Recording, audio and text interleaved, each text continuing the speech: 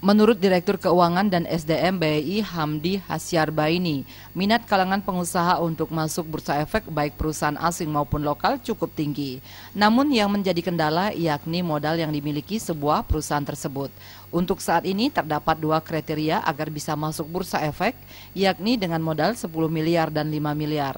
Sementara bursa efek saat ini dominan diisi oleh perusahaan asing dengan perbandingan 60% asing dan 40% perusahaan lokal. Sedangkan untuk transaksi lebih dominan dilakukan oleh perusahaan lokal dibandingkan perusahaan asing yang lebih banyak mengambil langkah investasi jangka panjang.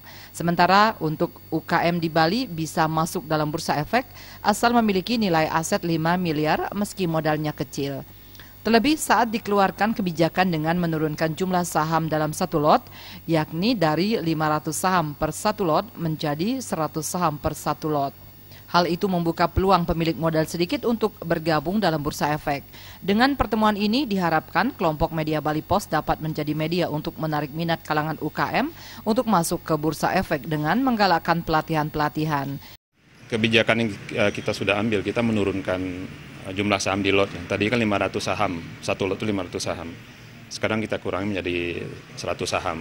Artinya modal yang diperlukan oleh nasabah retail itu lebih kecil dibandingkan dengan dulu gitu. Jadi dengan modal yang lebih sedikit mereka sudah bisa masuk ke pasar modal. Kalau dulu mungkin untuk buka rekening mereka harus store 25 juta atau 50 juta. Sekarang dengan buka 250 ribu atau 100 ribu mereka sudah mau melayani nasabah-nasabah kecil. Sementara itu, pimpinan kelompok media Bali Post ABG Satria Narada mengatakan saat ini banyak terdapat UKM di Bali. Dengan keberadaan tersebut, UKM yang ada di Bali diharapkan mampu masuk di bursa efek sehingga menjadi usaha yang go public dalam menjawab persaingan usaha dewasa ini yang semakin ketat. Rai dan Angga, Bali TV.